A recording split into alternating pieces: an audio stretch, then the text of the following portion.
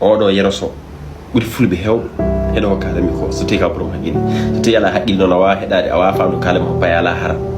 tawi ka pullo keɗɗa ko kalami ko so tawi ka borom haqqille hande noon hewɓe jiyama ene parloro pulago ene kala pular ene joyo mogoji en théâtre uji série ji mais o woni jejiren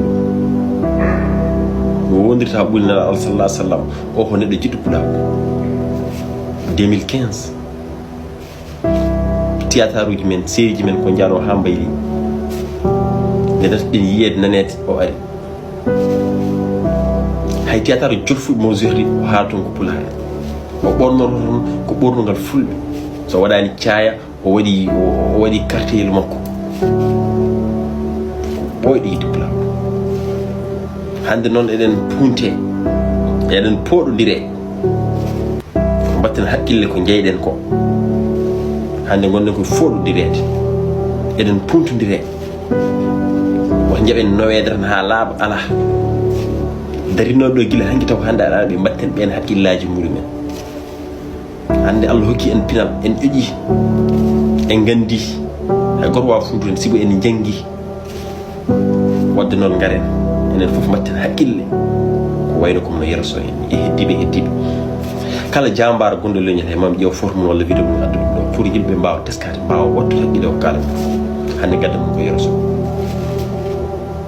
naaron nder série ji jolfuɓe ene haala toon pulaar ɓorno toon kaddugal pulaar nde yew jolfuɓe pooɗontoma pour o arata muɗumen to o wona artiste comédien muɗumen o sali ko ha leewi o ari ga on waɗi créé ko heewi te ko jambar o yiyani hay goto o ɗaminahi oɗon saaha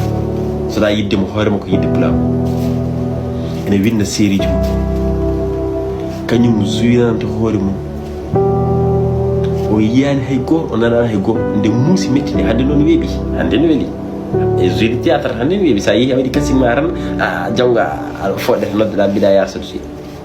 ala jogui talent ala hay batte saɗa jogui so ala zuyan wadde noon garen jehen mbaɗen suivre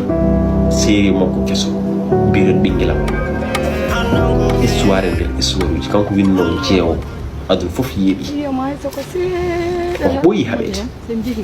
enen foof jehen mbaɗen seeɗa makko YouTube o abonné mbaɗen suivre série makko dokken mo doole dokken koye men doole kollen yimɓe ɓe